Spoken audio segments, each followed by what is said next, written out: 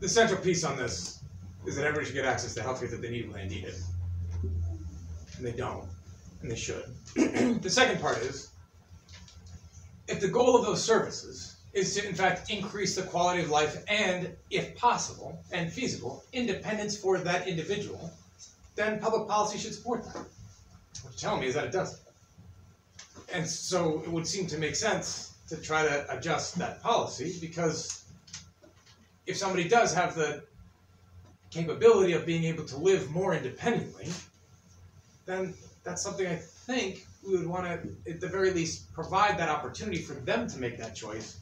Not say, because of the design of a program, we are forcing you to cohabitate. So let me take a look at that. I'll be seeing, as you undoubtedly are aware, Massachusetts has just gone forward with a major overhaul of our an investment in their mental health system. Mental health, behavioral health has been a big priority of mine. So our healthcare person is actually up here tomorrow. We're doing a number of meetings. So I'll talk to her about this tomorrow morning. And let's make sure I get your contact info on the way out the door so we can follow up. With regards to the book, one, thank you. And two, let me just say very briefly about this. I assume many of you are familiar with the quote on that statue last week, right? Tired, poor, those yearning to breathe free. Right? My family, both sides, my mother's family a long time ago, my father's family in the late 1840s, arrived here because of the failure of a government to provide for their basic human rights. My mother's family, religious freedom, a long time before. And my father's family from Ireland, in the midst of a potato famine where most don't know. But there was, in fact, more food grown in Ireland than was necessary to feed all of the island. But it was taken by British lords and sent to Europe for a profit. And that the population of Ireland still today, nearly 190, 180 years later, is less than it was than before the potato famine took place. 180 years later, the population is still low.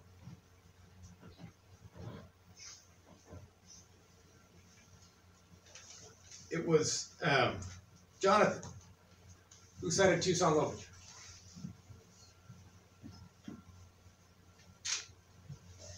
The United States has to wrestle with our history with hate. It's written in taught in our own schools about the virtue of Jefferson's decision to purchase Louisiana territories and Louisiana Purchase. This was one of the great acts of a Jefferson presence, and in many respects it was.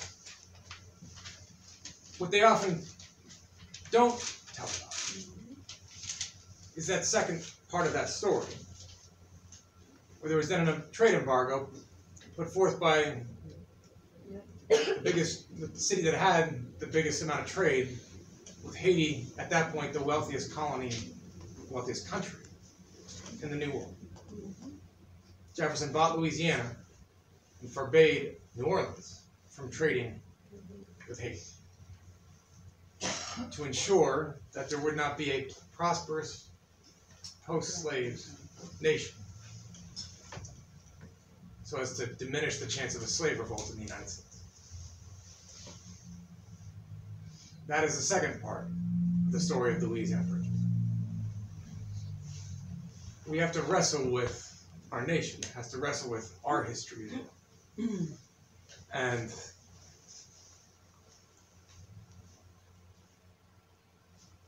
what I see from the promise of her right foot and the words etched in stone, that statue, and the story reaffirmed by now countless generations of immigrants here in this country, is a recognition that we have still not lived up to the values that our founders wrote when they said we are all created equal.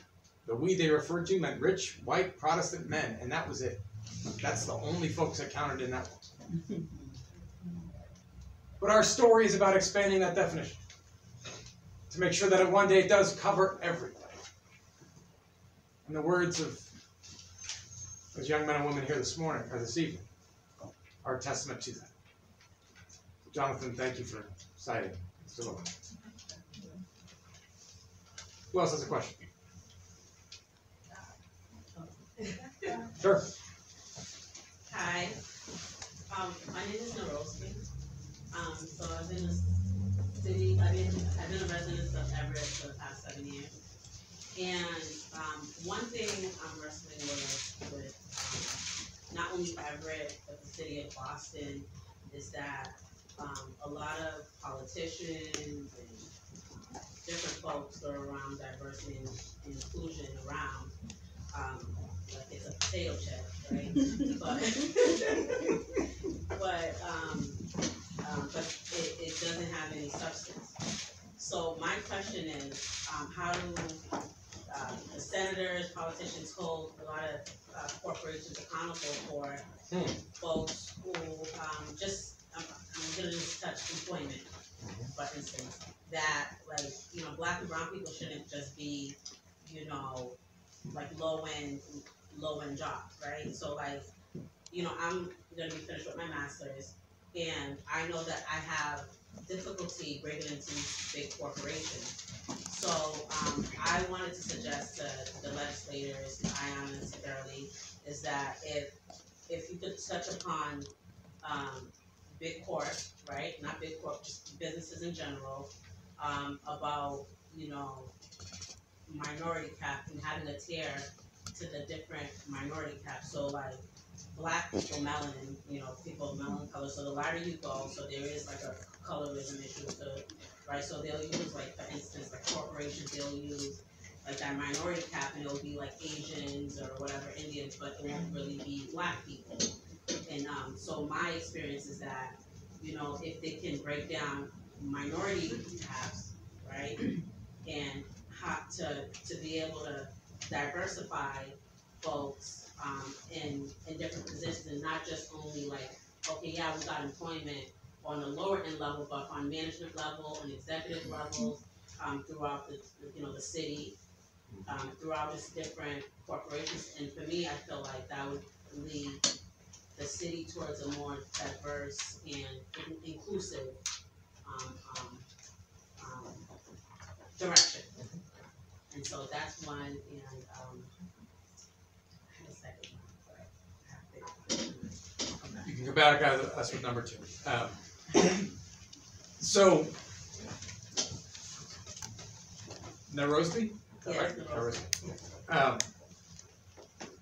So a lot there. Let me try to break this down as best I can, and then Gurley can correct me where I don't get this 100% right. So one, Massachusetts likes to hold itself out as a proud progressive state, and in many respects, we are. But you can't wholly embrace that title and understand that the median net worth of a white household in Greater Boston is $247,000, and for a Black household, it's $8, and for a Dominican household, it's 0. And those statistics are now about a year and a half old or so from the Federal Reserve, but that's after 10 years of sustained economic growth for Boston. And after 10 years of that growth, that net worth is $8. And a big piece of that is whether you could buy into a housing market or not. And so, while there's an awful lot to tout and to celebrate about the power of a Boston economy, we have to be cognizant of, and therefore intentional with, cognizant of the differences and the disparities that have been created by the structures of that system, and intentional with our remedies to try to address it. That means, one, with regards to home ownership, trying to make sure that there are investments into communities that have borne the brunt of redlining and segregation now for an awful long time. It means, two, with regards to businesses, not just looking at the numbers in terms of, as you said, kind of structures of diversity within any individual business, but senior staff positions, compensation, right? It's great to have diversity amongst a big corporation, but if your corporation is tilted with a senior staff that looks one way, man or woman, black, brown, white, other, who knows, with an entry-level staff that looks something very different, then that's not exactly what we mean by practicing diversity. It means being intentional about some of the structures that continue to plague equity across our city region. I'm sure there's a good example for Everett. Forgive me for not having it at my fingertips, but we've been in Chelsea a fair amount recently.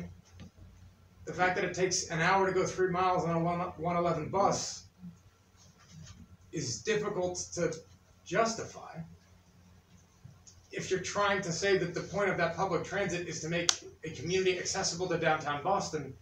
If it takes you an hour to go 3 miles, most folks can walk faster. So we're not really, there's a bus line, but it's not really accessible. It just means to go 3 miles, that's an hour-long commute in both directions. It's an hour less pay, it's an hour less time with your kids, it's an hour less time with your family, to say, and that's just a couple of examples. And so, we're actually working on a couple of ideas here to try to, at the very least, increase disclosure of some of that information so that people can be held to account for what values various businesses and other institutions believe in and claim they believe in, but haven't actually had to show whether they are actually living up to those values. So we're working on a couple of things now. We can talk a little bit more about that later.